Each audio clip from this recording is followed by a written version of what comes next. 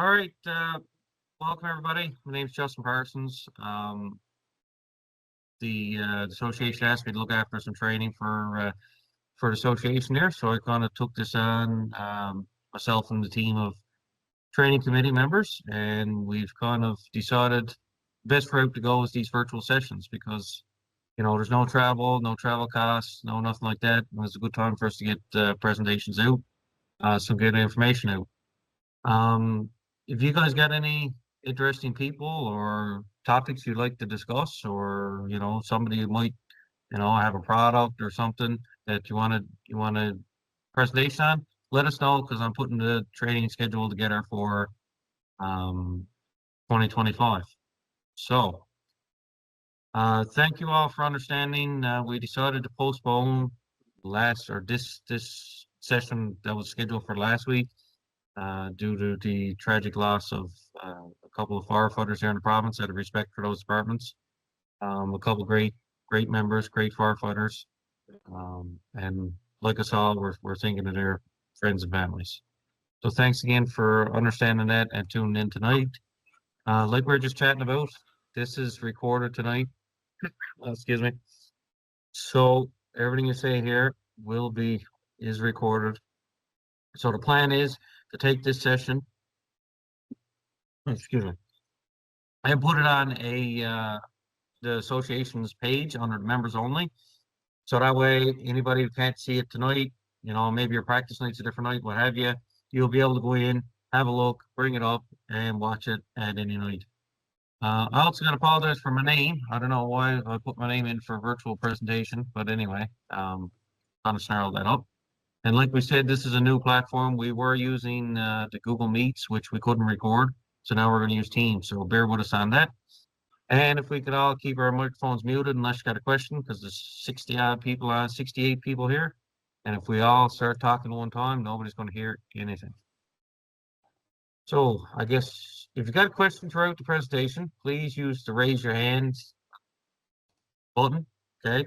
Or type it in, and myself, Mr. Giles, will get to it. I'll try to be the moderator best I can.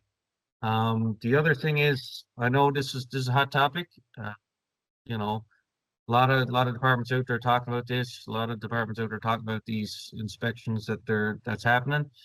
I just want to start off by saying I'd like to thank Mr. Giles for doing this. Him and his department, they're doing their best to make us safe.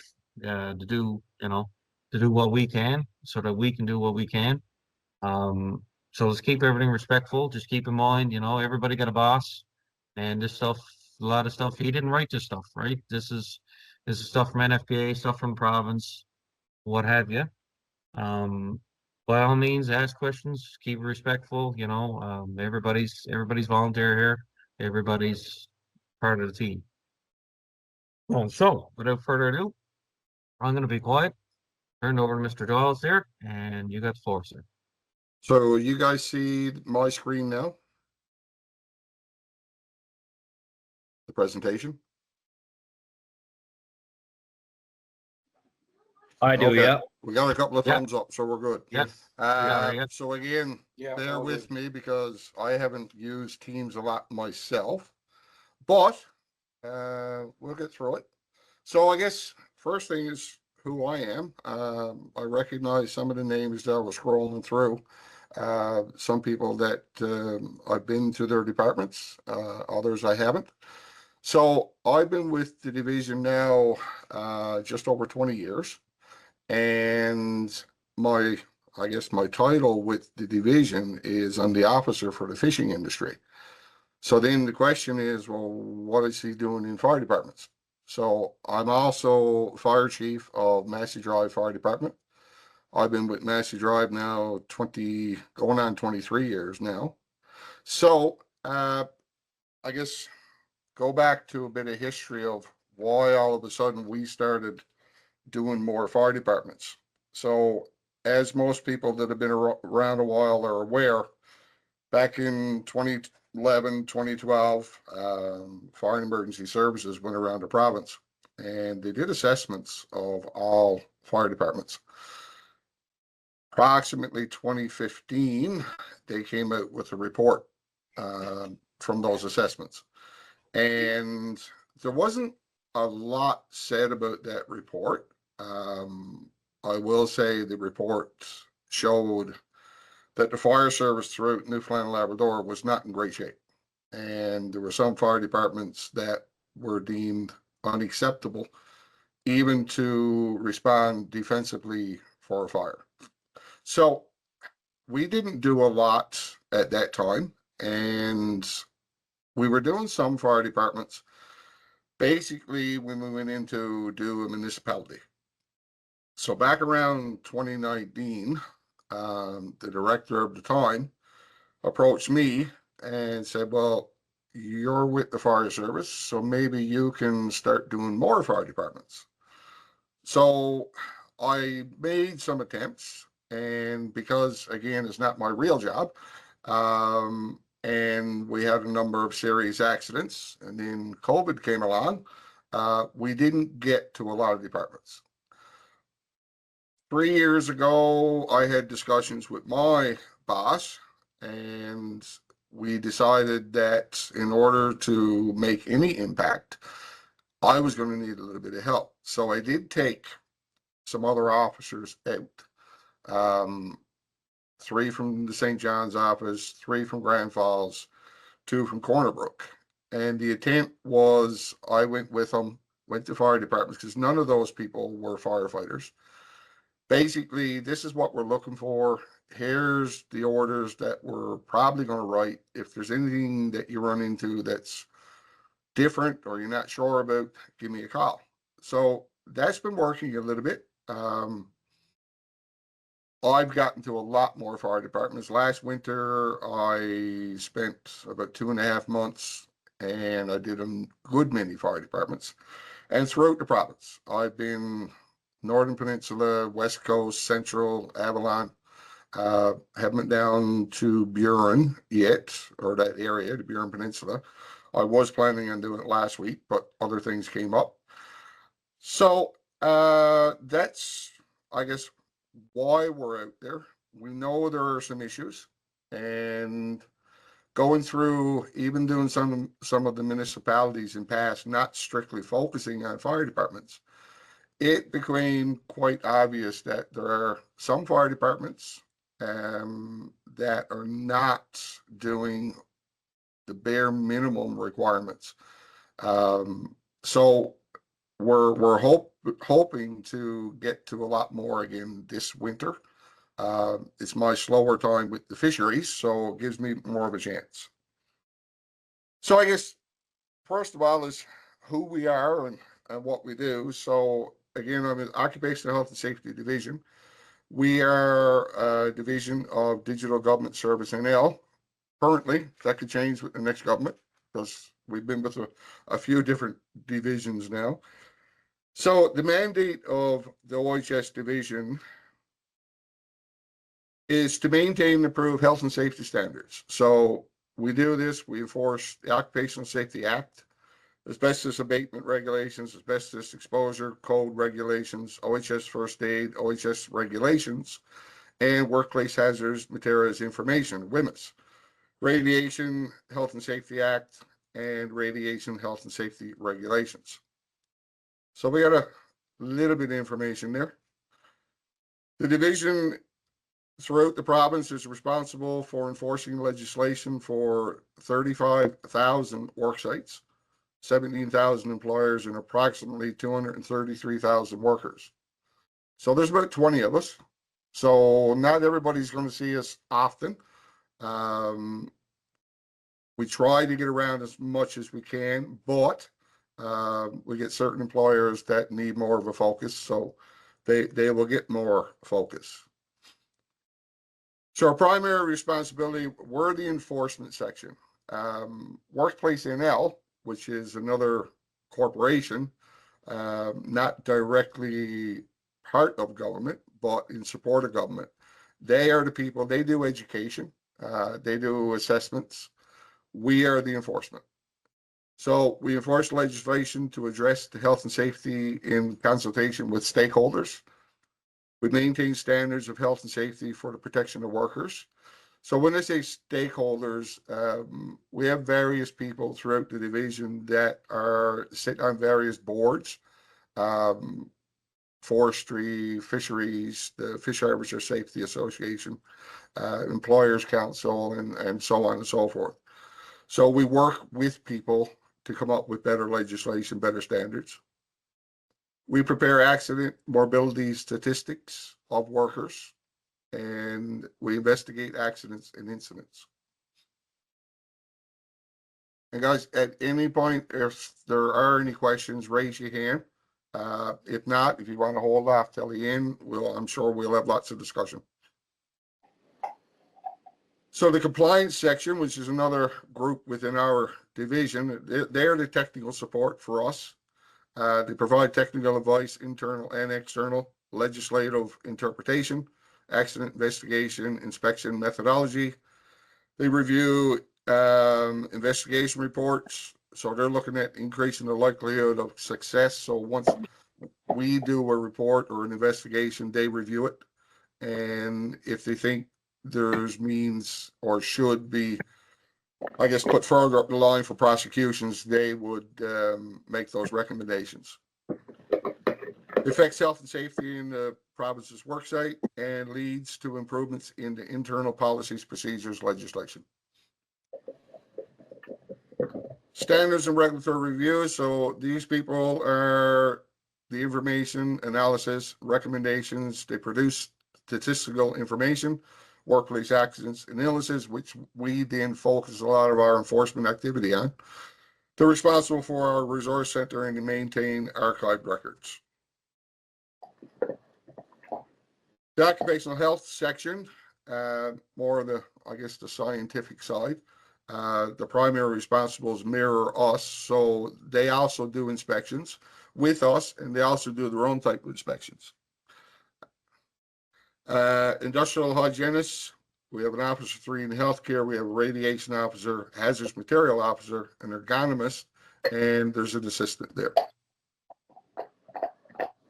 So when it comes to doing our inspections and I guess investigations, I guess when things are not corrected in a timely manner or they're ignored. Yep, we got a hand up there. Yeah, I think Trent got his mic open there. It's getting a lot of feedback. Okay. Anybody got their mics open? Please close them.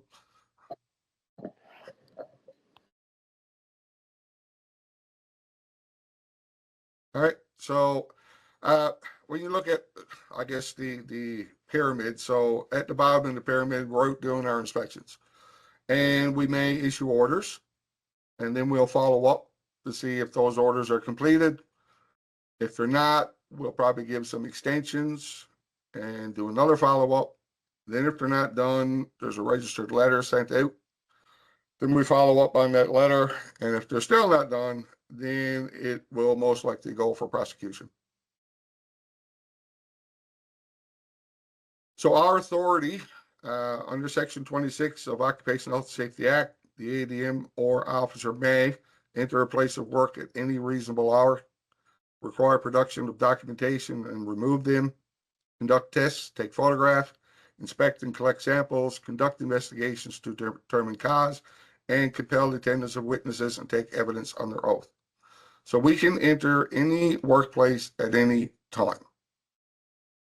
We don't need a warrant. We don't need to get permission from anybody to do so. If we think there's a reason that we may be going for prosecution and we're looking for certain pieces of information, we may then get a warrant just to make sure that everything's covered and it's admissible. But generally, we don't have warrants for our regular work. So,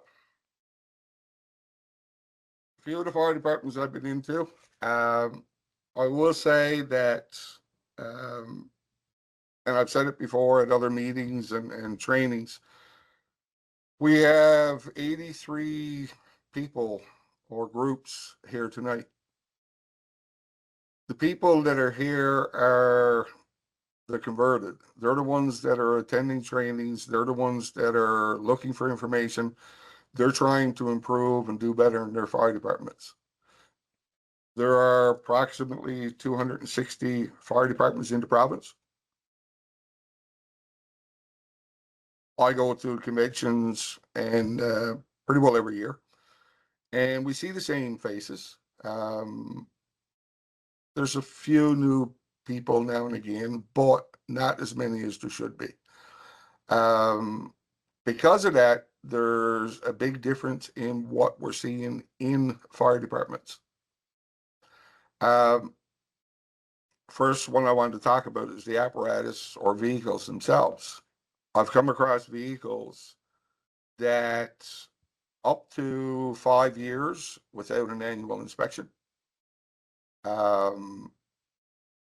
One department, they had a brand new truck 3 years ago, hadn't had the truck inspected since, right? So anything over 4,500 kilograms has to have an annual inspection. Ambulances, 2 and 3 years old, no inspection. Pickups, not required to have an inspection, but I always recommend that you do. We get those calls all hours of the night. Some departments are responding to the Trans-Canada Highway, some are responding to other secondary highways, and they're traveling a fair distance from their fire departments. And it's hard to not speed. And I know, same thing, you get those calls, there's someone seriously hurt, it's a serious incident, it's hard to maintain those speeds. We're getting called out all hours of the night, we're getting called out when the weather conditions are at their worst. Why would you not ensure that that pickup has everything functioning correctly? Just because the government says you don't have to, doesn't mean you can't. So although I can't write an order to have a pickup inspected, I will always recommend it.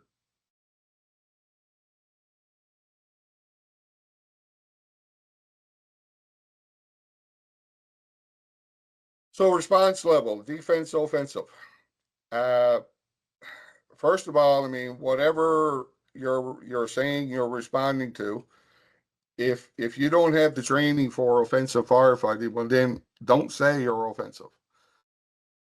If your training is defensive only, then that's what you do. Department must ensure that appropriate resources are available for all their on-site, for all their defensive or offensive. So the right equipment has to be there. So number one, they got to be trained and they got to have the equipment. So fire departments without training and resources as per the standards, then you can't perform those duties. There's too many fire departments out there right now, and a lot of it not totally to their fault or they're trying. They're in some really small remote communities. There's little or no financial support. We have an aging workforce throughout the province, or aging population throughout the province. And you have a bunch of people in the community that are trying their best, but they have no resources. Government doesn't have the money to provide those resources. So is there an easy answer? No. But if you're going to say that you got a fire department and the residents of that town, community, or LSD think they have a fire department, when in actual reality, you don't have the training, you don't have the equipment. Yes, we got a question.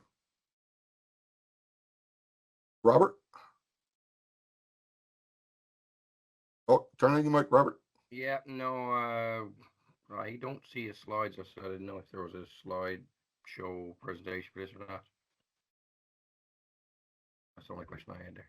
Yes, some are You- seeing it, some are not. So I don't know what I can do to help you with that.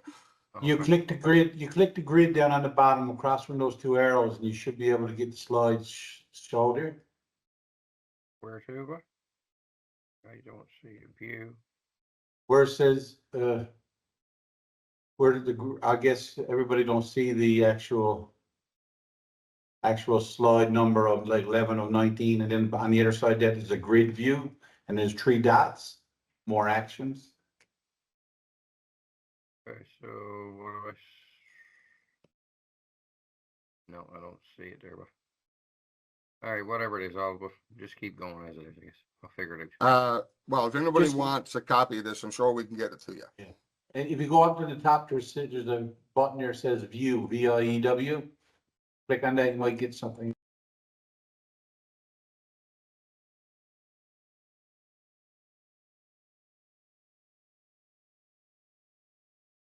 Okay. So personal protective equipment. So fire department shall ensure that all fire department members are instructed and all required personal protective firefighting equipment. Protection equipment must be donned completely before the member enters into active fire grounds or emergency scenes. So again, if you don't have the appropriate approved NFPA equipment, clothing, then you shouldn't be on the active fire ground. And again, I know there are fire departments out there struggling. Trying, you're looking at to outfit a member right now, you're looking probably $3,000. So a lot of fire departments don't have that money. There is a lot of used equipment being passed around, but again, you have to be cautious with that. Like, how old is that equipment? What condition is it in? So even though somebody's going to donate some equipment to another fire department, and good on them, but you probably should have that gear inspected either before you give it away, or the people that are getting it have it inspected. Because we don't want people out there taking used gear that, all right, it looks good, it's better than what we had, but what level of protection is it going to provide? Right. Inspections and maintenance. So minimum of inspections completed monthly. So this is throughout the fire hall. So all your gear, everything on the truck, your breathing apparatus down to your flashlights, should be minimal, should be a monthly inspected. If you're going to do the inspections, or when you're going to do the inspections, they have to be documented. If they're not documented, they didn't happen. If something occurs and someone gets injured, or God forbid worse, and then our division and the RCMP or RNC are coming in to do an investigation, and it's a fault of equipment, or there's a question of the equipment or maintenance, we're going to look for documented inspections. And there's no good to say, yes, we do it, if it's not documented. Inspection and maintenance must adhere to the manufacturer's instructions. So if there are instructions from a manufacturer of how things should be checked, or what you do, if there's a step you're supposed to follow to check a piece of equipment, or a standard that says how you're supposed to do it, well, then that's what you have to adhere to. Complacency is too common. People, oh, I've been doing this forever and I know what I'm doing, and you're not following a documented check sheet or inspection. It's quite easy to keep missing the same key elements. So again, if there's instructions, follow those instructions. But the big thing there, guys, is documenting those inspections. Breathing air systems. This is actually scary of what some of the things that I've seen out there. So compressors need to be serviced by qualified people. If you don't have someone qualified servicing that compressor, how do you know what you're doing and what you're looking for, or what you should be doing? Should be developed, maintain a log. So we need, again, it needs to be documented that the inspection, the maintenance, as well as the operations So if you have a cascade system, when you're refilling your cascade, the cascade again has to be inspected by a qualified person to ensure the cylinders and piping meet the requirements. There has to be an air analysis of the compressor every 6 months. I came across a cascade system that was constructed in-house. They painted over the old liquid air bottles with white paint, so you can still see all the labeling through the paint. And the plumbing or the fittings was hydraulic hose. So nothing met CSA Z180 at all. Right. And they're breathing this air. Right. Who knows what was coming off that hydraulic hose and going in through the system and into the lungs. I've been in departments where they don't have a compressor, so they rely on another department for their air, which is fine. But you need to make sure that you get a copy of the air analysis from that provider. Because again, if something happens and we go in to look to see where that air came from, we have to be able to trace it back to the provider. We have departments out there that the cascades have not been hydrostatically inspected. 10, 12 years old, same thing with compressors, up to 12 years old, never serviced, never had an oil change, never had an air analysis done. So what are you breathing?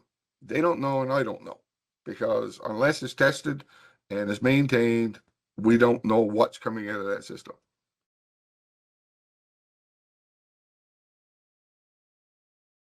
Wherever there is somebody using any type of respirator, SCBA is a respirator, fire department shall ensure there is a respiratory protection program developed and implemented for that department.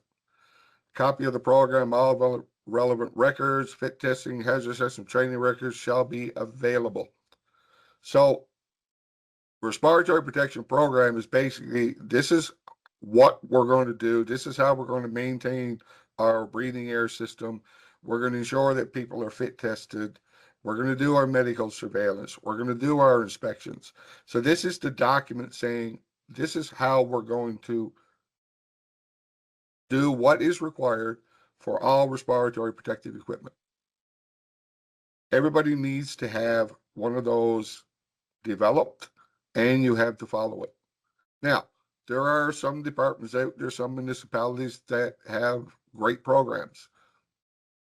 You can borrow their program, you can make it, modify it to fit your own department. FES did have a guideline that was available. I'm assuming it still is. That can help you that way. Or if your town or municipality has a lot of money, you can hire someone to do it for you. But I would check around with neighboring towns departments before I started hiring anybody or spending money. You don't need to. SCBAs. So the cylinders have to be hydrostatic. SCBA sets have to have current annual flow tests completed. Any set requiring an overhaul inspection as per the manufacturer's instructions shall have that inspection performed. So an overhaul is typically every 5 years, depending on the manufacturer. Other than the composite cylinders, the half wraps that were around for a while, everything is 5 years. The half wraps were 3 for hydrostats. I go into too many fire departments now that their SCBAs have never been flow tested. They're not sure even what it is. You got to explain to them what a flow test is. And nobody fit tested.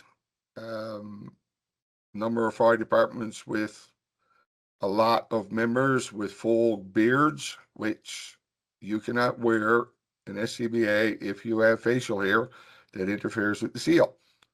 Nobody will fit test you with that facial hair, which means you can't have facial hair and wear an SCBA after you're fit tested. I have one department that when they were told that they all had to shave and get fit tested, half the fire department members were going to quit.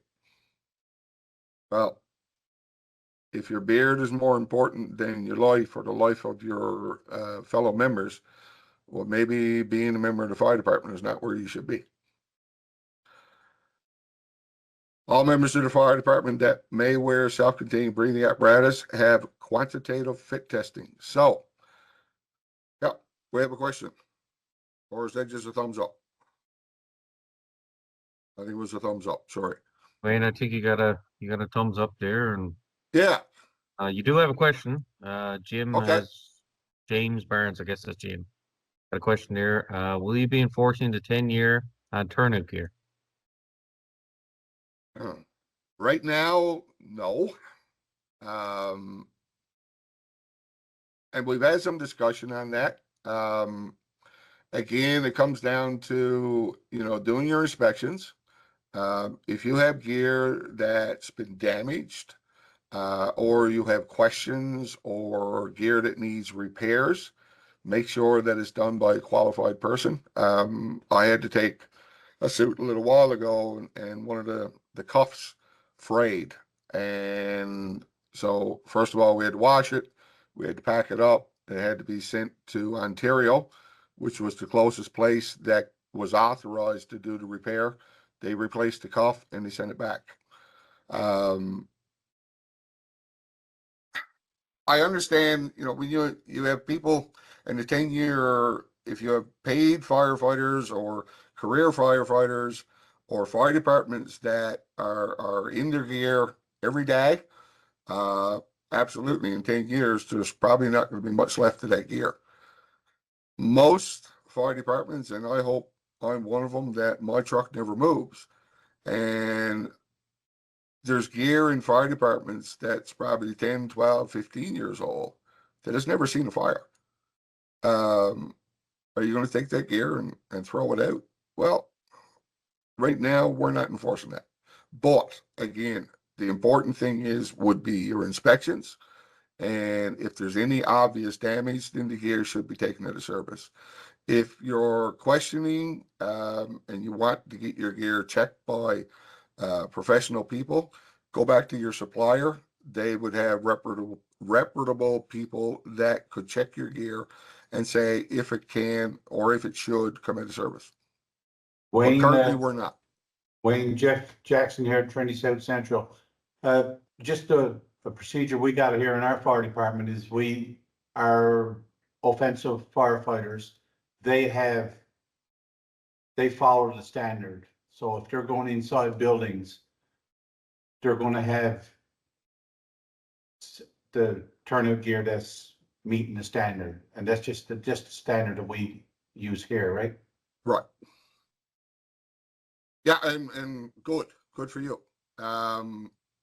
Again, I guess it goes back to also financial. Some fire departments can and are replacing the gear every 10 years. The old gear is put there as a spare set. Not everybody can do that. The only option that you have is to avail of some funding, and we know that's limited. But currently, we're not enforcing that. Although it's NFPA standards, the province hasn't adopted all NFPA standards. There is a list, and your fire protection officers could advise you of what's been adopted by the province. All right. So the fit testing, a lot of people that have been around for a while remember that for a number of years, fire departments were doing their own fit testing. So at the time, that was qualitative fit testing. So qualitative, for anybody that doesn't know, you put a hood over your head. There's a solution that's sprayed into the hood while you're wearing your face piece, and you're relying on the person's honesty if they smell or taste, which would determine that they got a leak. So that was accepted for a while. The last CSA change or update. It was always recommended that SCBA be quantitative, which is you're hooked up to a computer, so you're not relying on the person to say if they smell or taste the solution. The computer will pick it up if you have any sort of a leak or any other issue with the face piece.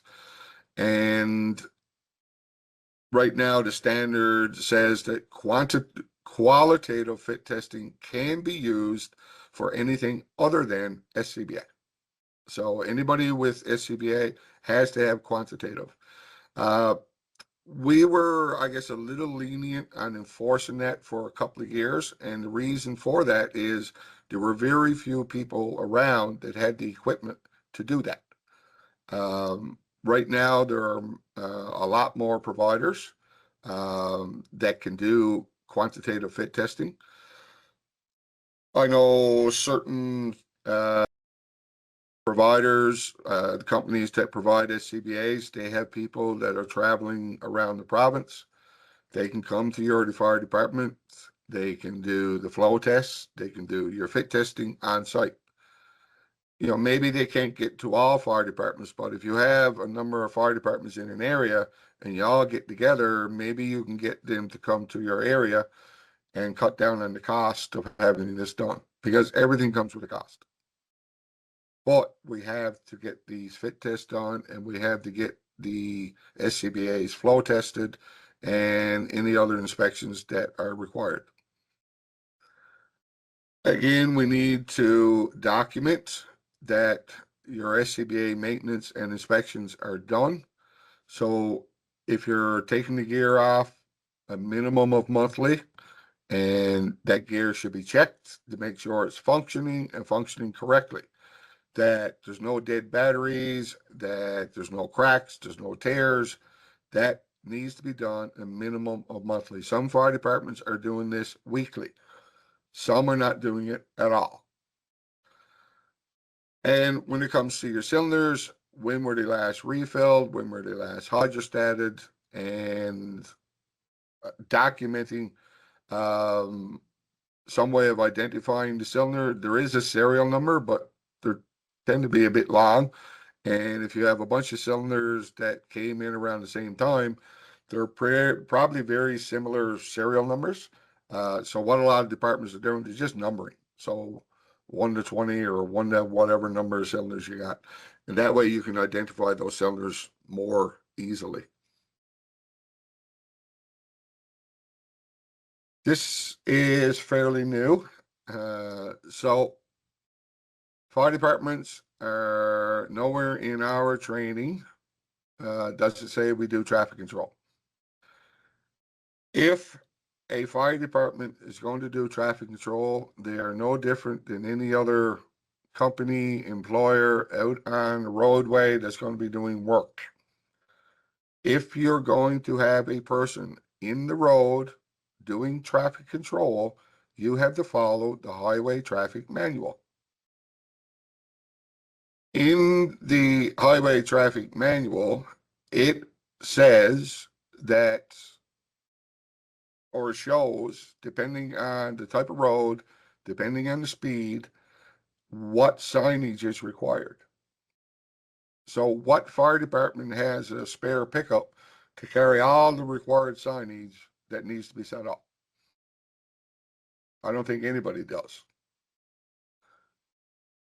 Right now, we're telling people that they are not to put people out in the road doing traffic control.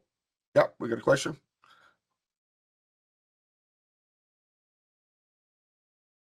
George, is it? It's a question there from CWT Fire Department there, Wayne. If Yeah, the I see one tanks, hand raised there, George. oh, okay, sorry, that's another one. Yep. Okay. Yeah, I'm only seeing a few here, but anybody got a question? I mean, speak up. Yeah, I had a question there for a second. Okay.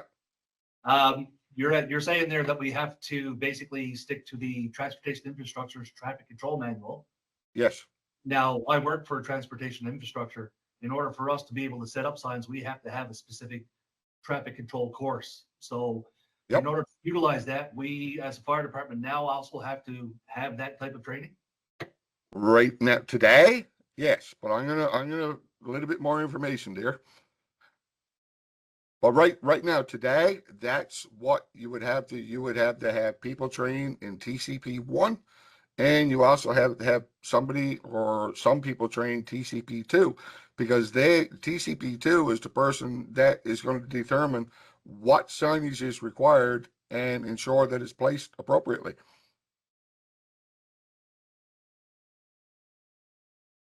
Okay, thank you. All right, and I got a little bit more information there. Was there another question? Yeah, somebody, sorry, I missed this one. CWT Fire Department says if the tanks are not being used, how long should the air be in the cylinder not being used?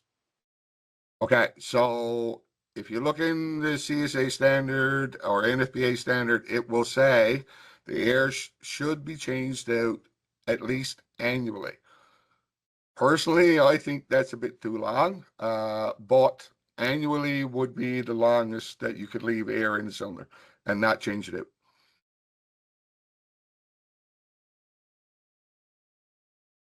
All right, so no other questions? I can only see so many, I can scroll across, I think. Oh, okay. Robert?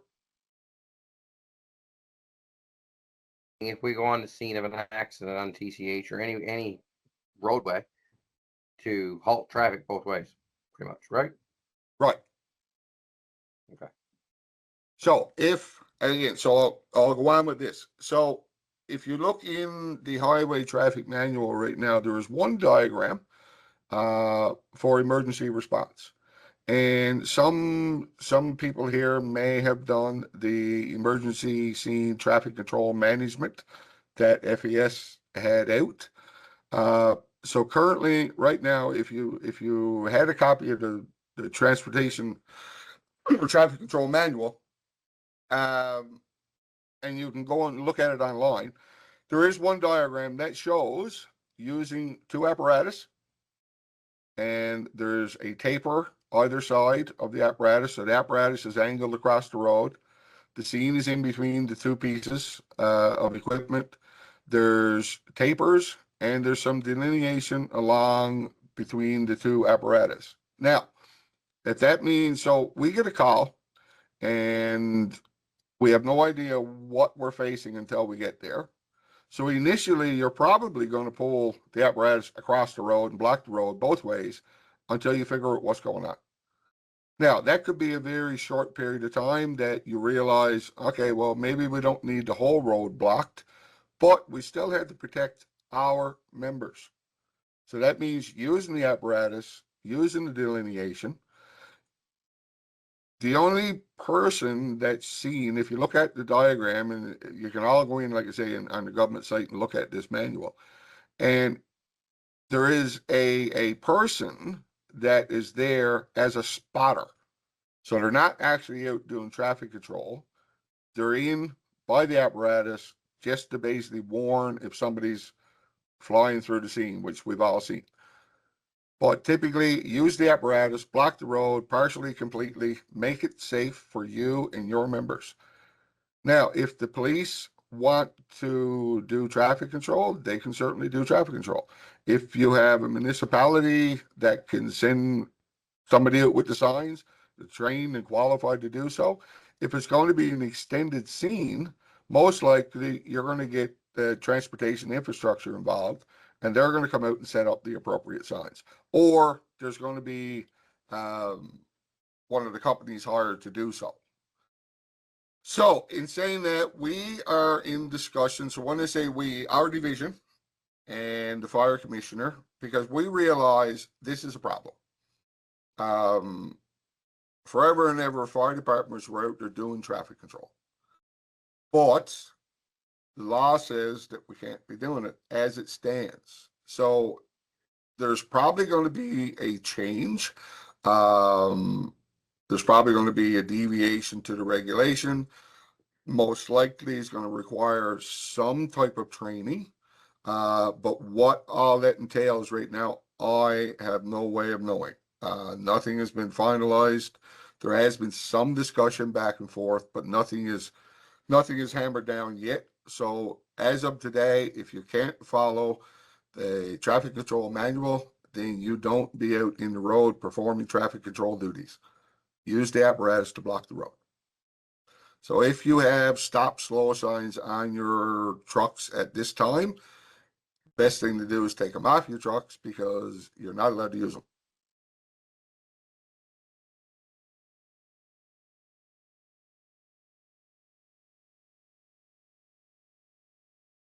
All right. We've all had some information, and I hope everybody has, and put some thought into cancer prevention. So fire department members, best practice for firefighting cancer prevention. FES sent out that site there at the bottom of that slide. They sent out the exposure books that fire department members must be maintaining if they have any exposures.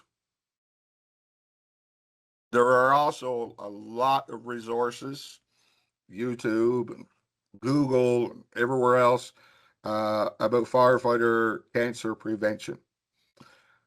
Ideally, every fire department would have an approved washing machine so they can wash their gear. We know that's not currently in place. And unless you have no. So you can have traffic control, but you, in order to go out doing work as a traffic control person, which that training provides, you have to have all the appropriate signage. So depending on the what type of road, where you're to on the road, the speeds of that road, there are diagrams in the highway traffic manual that will determine what signs are required. So no difference than you would see on a construction site. You're going to have an incident ahead sign. You're going to have a reduced speed ahead. What the reduced speed is, you're going to have flag person ahead, and your flag person is going to be then on the roadway. That's just a brief. That's not for every site. So in the manual, it will determine what signs are required. So having traffic control training does not allow you to do traffic control without the signage. There was a question or comment just popped up and I missed it. Yeah, Wayne, I just went into the traffic control manual while we were chatting there, and I just dropped the picture, the image you're Okay. talking about there in the chat. Yeah. So if everybody wanted to go into chat there and Yeah, bring it's it just up, that one that's diagram there, right?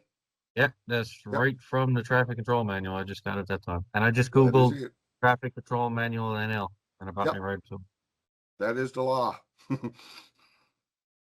Right. And it's what we had to follow. If I go out now to a site on the highway or on a roadway that work is occurring, first thing I'm asking them is, what diagram are you following? Because they are supposed to determine what diagram is appropriate and then set up their signage or delineation or whatever they need as per that diagram. And if they're not, well, then they're coming off the road. My So with question here, Wayne, is, well, I'm looking at this figure here now. How is the traffic supposed to know what to do? well, There. if the road is blocked off completely, then they're going to stop or turn around. Now, if you're going to partially open the road, that is the concern. And this is your concern, my concern, and the fire commissioner's concern, is how do we partially open the road and allow two-way traffic without some means of traffic control? So that's what we're waiting on some answers for. Right now, if the police want to do traffic control and you're comfortable pulling your apparatus back partially off the road and allow the police to do traffic control, well, great, right? Or if you have resources from your municipality that can send somebody out to do traffic control with all the appropriate signage, then good for them, right? You also got to remember, your bunker gear. If you're going to be out in the road, if you get everything else put in place, then you got to have the appropriate high vis, right? So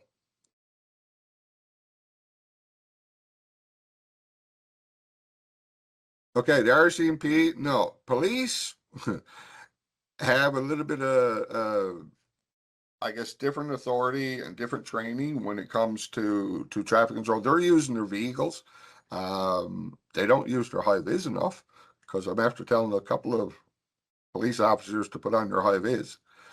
And the incident ahead signage, no, is not enough. That's just a pre-warning that there's an incident. And if you're going to have, like I said, again, it goes back to traffic control and the appropriate signage. So unless you have all the required signage, and then how do you know what you're going to need until you get there? So like I say, you would need at least a pickup full of signs that you may need. So it's impractical to think the fire departments can do this. Exactly where you're supposed to get the time to do that when you're on a scene. Right. Right. We're hoping we got enough members to do what needs to be required on the scene, let alone worry about traffic. You know, and this is going to be problematic, and there's going to be a lot of upset people. I've had many phone calls from different RCMP detachments, because the fire departments in their area have always done traffic control for them. And then I'm going and telling them, no, you can't do that anymore. Right. So, yeah. George? Or Georgia Yeah. Brook, is it? Sorry. Georgia Brook Milton. Yeah, it's not only the signage that you got to worry about as well, but once you have to have your pickups to put signage out, now your pickups have to have the appropriate flashing lights, the appropriate FAB flashing arrow board. So it's not just signage. Oh no. Like I say, you got to follow the manual. Yeah. And like I say, currently there's no exceptions for fire departments. But again, it's something that's being worked on or is being discussed. So when it comes to cancer, we know fire department, you know, people are getting sick, people are dying. So first of all, I mean, if you have members that are being exposed to smoke or toxins or fumes or vapors, it has to be documented, because again, it's like silicosis, it's like asbestosis. You're not going to get sick today. You're not going to get sick tomorrow. This could be 5, 10, 20 years down the road.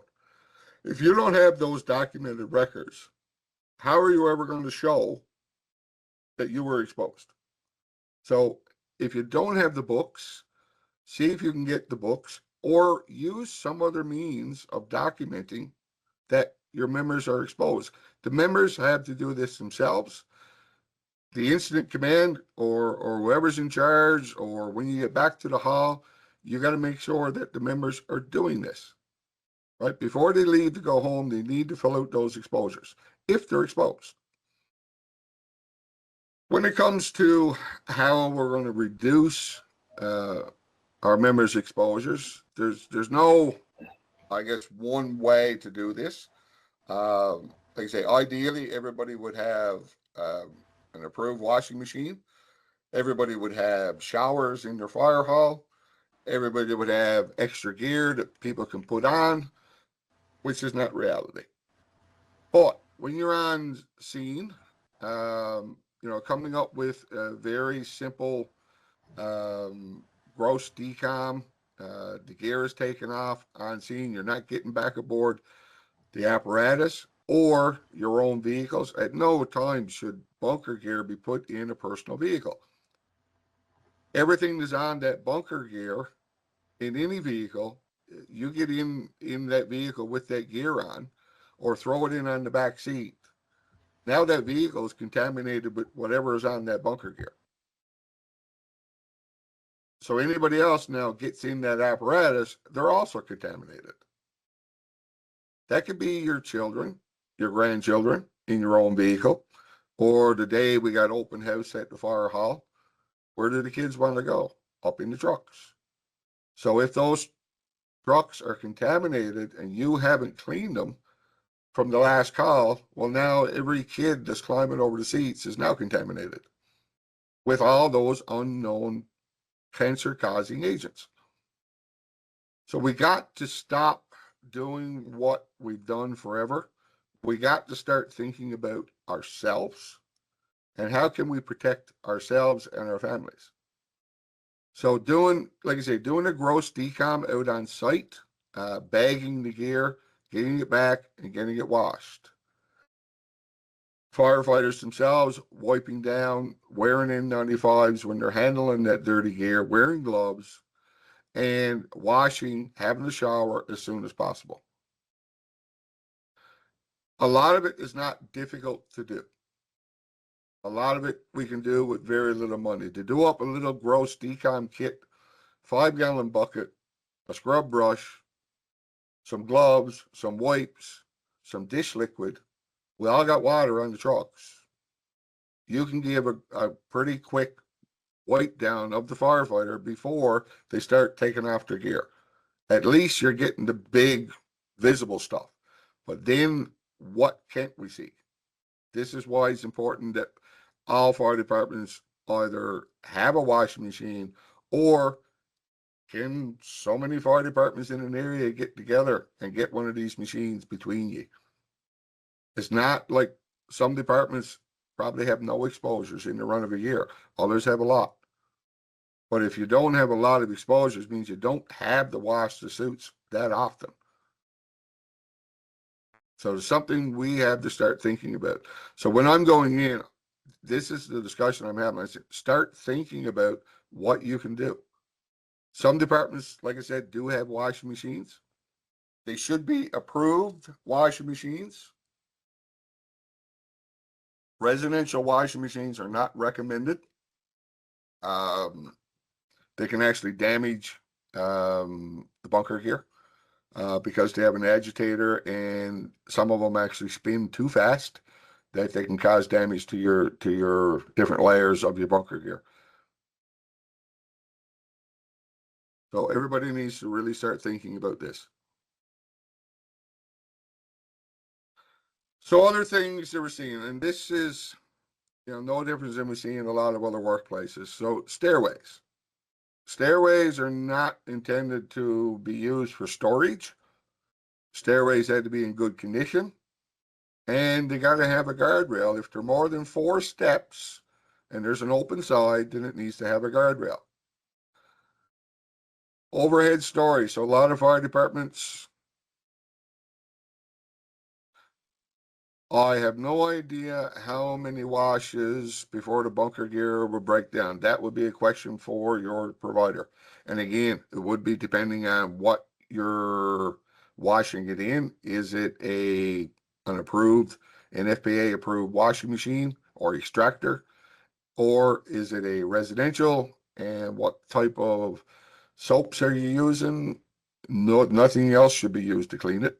Other than approved soaps, or depending on your washing machine, there are some other detergents that are suitable, but you got to check with the manufacturer of that. Overhead storage. So a lot of fire departments are limited for storage space, so they got space above the office, or there's an area that's gear is shoved, Christmas decorations, spare tires, whatever. But if anything is over 4 feet high and you have people getting up there, then it needs to be guardrailed. Safety data sheets. So everybody, every workplace, anywhere where there's any products, either control products, household products, your paints, your solvents, your degreasers, everything you bring into that area, there are safety data sheets available. Safety data sheet is going to tell us how it should be handled, how it should be stored. More importantly, it's going to tell us what do we do if somebody has exposures. And this probably where I'm more concerned. Properly stored, yes.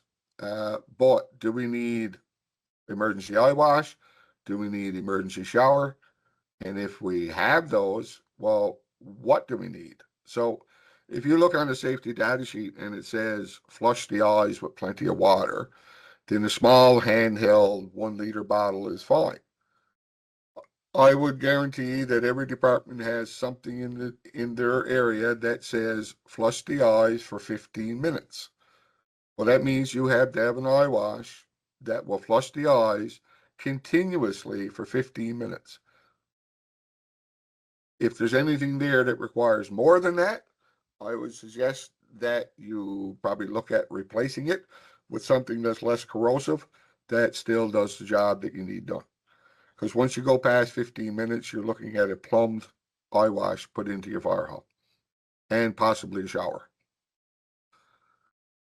Ventilation, again, a touchy subject. Newer fire halls now, we have our great ventilation systems. Depending on the structure itself, there are different types of ventilation systems, and this is for our vehicle exhaust that can be put in, but you would have to have your fire hall would need to be assessed by a qualified person to determine what would work in your fire hall, and then you would have to get that appropriate exhaust system. Emergency lighting, again, we're going to get those calls that maybe there's a pole broke off and all the lights are out. So running into the fire hall and there's no emergency lighting, or the emergency lights are there, but they're not working, which is quite common. Probably more important than having them in the office space. If you're going to run into the vehicle bay and it's pitch black and no lights, now you got to try and find your flashlight. Well, emergency lights should be there. Electrical cords cannot be on the floor. A lot of the apparatus now require to be plugged in, or there's certain equipment that needs to be plugged in to maintain. Those cords cannot be on the floor. They're being walked on, possibly damaged, unknown that they're damaged. There's water on the floors. We're going to get someone electrocuted, let alone that we got a tripping hazard. Floor drain covers. So they have to be in place. If you have a hole in the floor, any type of a hole in the floor, it needs to have a cover. And the covers have to be fitting flush with the floor. It's no good to have a cover that's after dropping 2 inches down below that now you're walking across and you're tripping up in it every day. Drain covers had to be in place and they had to be flush with the floor. Fuel. So again, seeing way too much fuel being stored in fire halls. If you have equipment on the apparatus that requires fuel, as in pumps, saws, whatever, you can have fuel on the apparatus for that equipment. There's no reason to have 4 or more 20-liter containers of gas or diesel sitting on the floor of the fire hall. There's no reason. Right? It would need to be stored outside, either in a well-ventilated designated area or cage or some other means, but it cannot be stored in the fire hall or in an office. Hello, Wayne. Yep. Can you get the approved, I know I was down to Latin Vista, can you get the approved containers that are vented to the outside and use those? They're CSA Okay. approved. So a flammable cabinet that is Yes. vented to the outside, absolutely, yes. Yeah, okay, just want to clarify that is all. Yeah, yeah. Or if you can have, if there was a separate room that could have the appropriate ventilation put there and is well marked and labeled. Yeah, But and then every fixture in there got to be explosion proof. yes, it does. Oh yeah, it's Right. not just a matter of saying we're going to put it in that room and put a fan in there. Best thing to do is have it out in an outbuilding that's well ventilated and well labeled, or in a storage cage outside. Can't just lay it out by the door because it's going to walk away.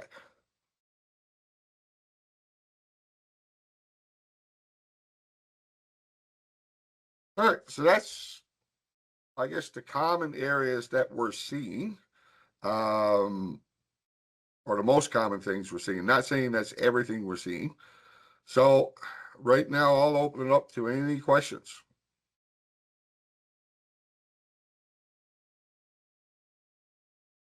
Yep, go ahead, speak up. You're on mute. Jack Gatherall, Witless Bay Fire Department. Just Yes, sir. what you can touch on fall protection for firefighters in the province. Okay, well, why would you need fire protection? So I guess mostly on an emergency scene, and then obviously in non-emergency setting. Are we still bound by the 10-foot fall protection rule? Okay, so emergency scene as a fire department, you're going to follow NFPA's guidance, and if you're getting on a roof for any reason, you're going to have your roof ladder put in place, and you're going to work from your roof ladder. Correct? Yep. Okay, so there's no requirement to have fall protection for firefighters. Okay. Yep. Okay, now in saying that, there are fire departments out there that are doing, I guess, other things non-fire related. So there's fire departments, and more, I guess, used to be done going around cleaning chimneys, doing traffic control for the Santa Claus parade, doing traffic control for funerals, other community services to help their communities, which is great. But you are not covered under workplace in-house coverage for any of these activities that are non-fire related. So you are covered for training from the time you leave your residence or place of work, go to wherever you're going to, and do what you need to do, training or calls, you are covered until you get back to where you departed. If you're going out doing any other activities that are non-fire related, you are not covered under workplace in-house. Thank you. All right.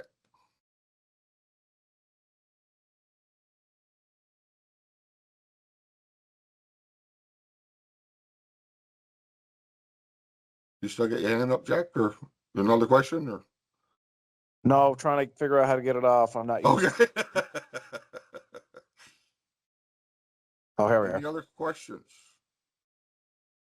I can only see a small number. I just roll them back and forth.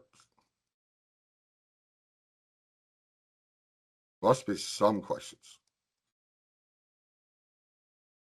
So, I did make- Wayne, could you just clarify what you said there? I might have missed a part of what you said. If we're attending to anything that is not fire related, Yep. then we would be bound to other OH&S requirements, Well, as per say fall arrest, for example. well, again, you should not be doing anything as a fire department that you would require fall protection. So I would advise that no volunteer fire department is out cleaning chimneys. If you're going to volunteer to go clean someone's chimney, you can volunteer as an individual. But if you're going to do it as a fire department, then you're going to have to adhere to all occupational health and safety regulations when it comes to fall protection. So the proper gear and training. Okay, fair enough. So I guess like back to Jack's question, let's just say we're practicing venting roof ventilation. Yep. In our training field, and we got a roof structure that is over X amount of feet. Yep. So for training purposes, we also are not required to have fall protection, like say if we're using our roof ladder and whatnot. Right, you're following NFPA requirements. Okay. Just wanted to be clear. That's all. Yep. Now, not saying that if somebody wants, thing is, if you're going to use it for any purpose, then it has to be used appropriately. And if you're going to wear fall arrest and set up fall arrest, then you have to have proper training, and the gear got to be inspected. No difference than it would be on any other work site. So there's no requirement for fire departments to use fall arrest while training or responding to calls that they have to get up on an elevated surface. as long as they're following NFPA guidelines. Wayne's another question there in the chat, buddy. Dave Vert for rescue. If we are a department with no medical training, are we covered if we are asked for medical assist from medical 911? Well, I guess it depends on what that medical assist is. So I would assume that all the members have first aid. Well, then again, it goes back to the training that you can only perform any duties that you have training for. So if you have first aid training, you cannot go in and do any other procedures that a medical first responder or paramedic may perform. You just going there I'll speak to ourselves. I mean, most of the time it's lift assist because you got one ambulance crew and they need some help. But if you're not listed as medical responders and you don't have the appropriate training as medical responders, well, then beware of what you're doing. There's a lot of good, someone mentioned there, CWT, fire department, stay within your scope of training. So absolutely. I think Absolutely. that's exactly what Wayne's getting at there. And, you know, that's what, so I guess the question is with regards to, the answer is with regards to OHS, the government, as long as you're staying within your scope of training, you're good to go. Oh, absolutely. When it comes to activities, I guess my bigger concern is departments that they're not training, they're not maintaining their equipment, and you know, I think that most people are in fire departments. They're there for all good reasons, and you know, if you don't have your equipment maintained and you're not properly trained for certain activities, that you're going to get a call that you're probably going to do something you shouldn't be doing or can't do safely because you're not maintaining your gear, you're not properly trained. I hope I never get that call that I got to go and investigate that a firefighter is injured because they did something that they weren't trained or equipped for, or their gear wasn't properly maintained. Justin, Point Leamington, got a question?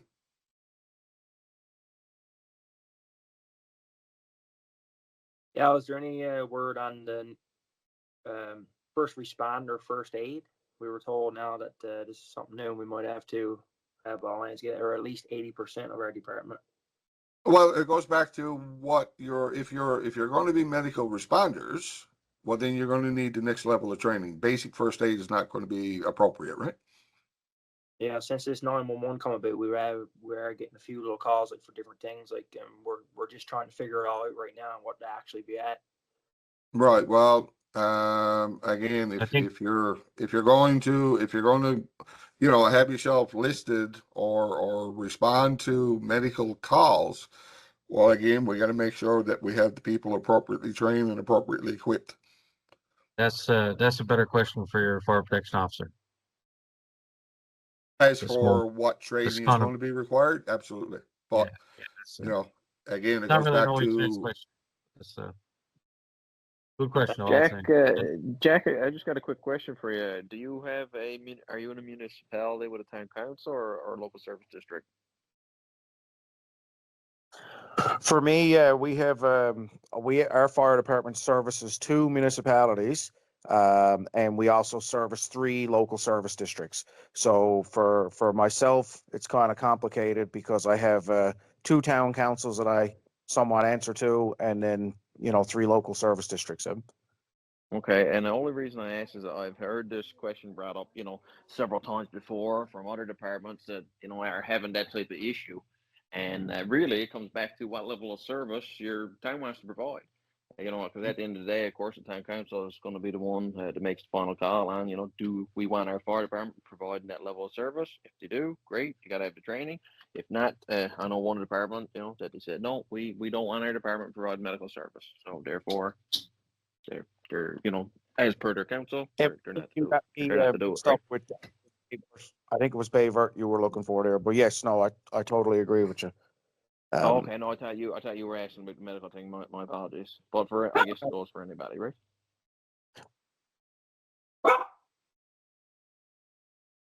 Hello, Wayne. Yep, hi. We were just talking here in Fire Hall Inn, and the presentation you've got is great, and Justin was a great job of organizing.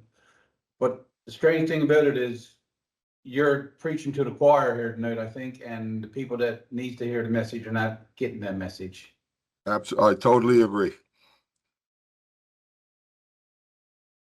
And it's the same people that attend the conferences, same people that attend fire schools. We have a lot of fire departments out there. And, just, it's hard not to say certain things, but I just give you one idea. Like, I went into a small rural town. I'm not going to say any names or any areas. And the fire chief wasn't available at that time. So there was a couple of members around town. We went through the fire hall. I wrote up a fair number of orders. They didn't have their own air compressor. They said the two fire department members weren't sure about where their air came from. And so the chief called me the next day and we ran through my report over the phone. And the chief wasn't sure where they got their air to. Like, you got somebody that's taking a position as a fire chief and they don't know where their fire department is getting air. We got a big problem.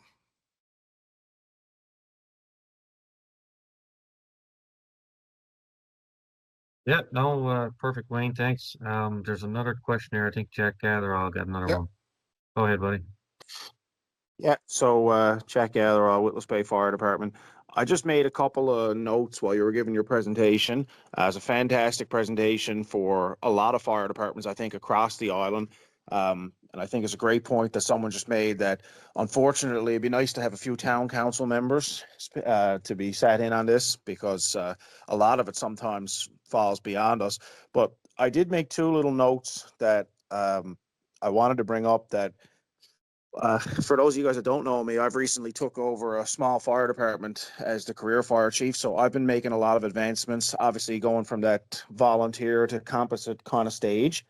One of the big things that really helped me was with AI. So again, for anybody that's looking at these programs and don't have a lot of SOGs or respiratory protection programs, like a quick search into AI with 4 or 5 points that you want in your program will spit you back something in about 5 minutes.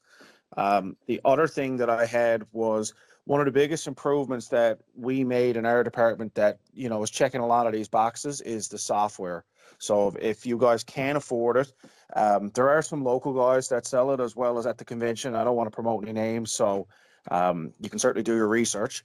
But the software definitely would help a lot of the stuff that the OHS is looking for. We're tracking your air, tracking your inspections, tracking your MVIs, scheduling documentation, exposure reports. So again, just check with your software. Like some of you guys may have who's responding or I am responding, that kind of stuff already in your halls. If you got someone techie on your fire hall, they can build Google Forms within those systems for free, or you can look at other softwares that's even more advanced. Yeah, it's a very good point. Yeah, that's great. And like we mentioned, I know, don't like bashing anybody that's not here or anything like that, but I mean, yes, we're the ones that get it and we're the ones that are signed into this presentation. Great. My goal with all this is if one fire department takes something from this, then it's worth it, right? It's totally worth all of our time. So let's all do our best to build up, say the ones that aren't here, the ones maybe that aren't so tech savvy, the ones maybe that aren't too into these documents and all these forms. We're small, we're a big province geographically, but we're a small fire service. There's no need for somebody to have an SCBA tracker sheet in their hall and someone else create it and someone else create it. Let's start. Actually, I'm going to look at that. Let's start compiling them and maybe put them on the association website somewhere. where you can go in and find the template. FSD has some templates, but they don't have them all. There's another, so we got that option there. We can share the information, respiratory protection plan. If anybody reach out to me, I'll give you ours. You can change the wording, best con. Way to go. So that's type of stuff. And you can, like, say your neighboring fire departments, have a chat with them and say, be respectful. But you shouldn't wear your bunker gear in your personal car, or maybe he's talking about wash your gear or stuff like that. Just start with the small stuff. We'll progress forward with Wayne's help. And if you're not getting no help with your council, by all means, give Wayne a call. Wayne will come in and have a look and write up a nice fancy document for you. And at the end of the day, your council is responsible for your fire department. So it's up to them to I, fix it. It's not your problem. Okay. I should have put my contact information there. Is there any way we can add it Just drop it in the to, chat there, Wayne. okay.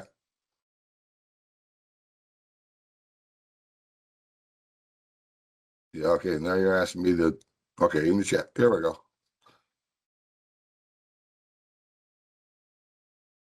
Yeah, like this, there's lots of different ways we can do stuff, and let's all help each other, and we'll make the fire service a safer place in Newfoundland. That's the goal. Newfoundland, Labrador, sorry. Apologies.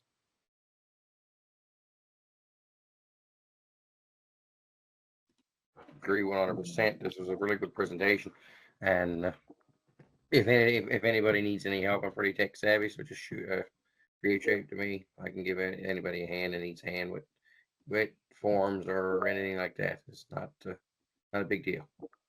So my email is in the chat. If anybody, I'm traveling the lovely province pretty well Monday to Friday most weeks. If anybody got a question, like I say, if you would like me to get to your fire department, you're all on my list. I don't know how quick I'll get to everybody. But if anybody wants me to drop by again, when my reports are done, they go to the council, the town, the LSD. They don't go to the fire department unless they have nothing. But most are reporting to somebody or under the umbrella of somebody. They get the report. It's their responsibility to ensure that any deficiencies are corrected. I've gone into town offices and spoke to town managers and town clerks, and they've looked at me and said, but we don't have anything to do with the fire department. And I educate them on their responsibility and they get the report. So if you're having a lot of trouble with your council, you can certainly let me know and I'll get to you as soon as I can. Great tool in the toolbox for sure. All right. So the President Association, Mr. Dwayne Attle, sends along his regards. He was on here tonight, and he says, great session. Thanks for everybody for showing interest and showing up, and thanks to Mr. Jaws for taking his time. If that's all we got, folks, we're gonna sign off this one, and we got another one scheduled for December, and then another one in January. So, Stephen, go ahead, sir. Yes, I just wanted to put it in there as well, Steve, with the Harbin Chapel Cove Lakeview Volunteer Fire Department. Regarding the medical calls and stuff like that, I know some departments aren't fortunate as we are at some point, because we have advanced paramedic with Newfoundland Services. He's actually a volunteer with us. Plus, we have 2 nurses, so not everyone got that advantage. So when it comes to responding to calls, like you say, you can only go to your scope, but we got some people there. We won't go farther under their instruction. They take the call, right? They take the role, right?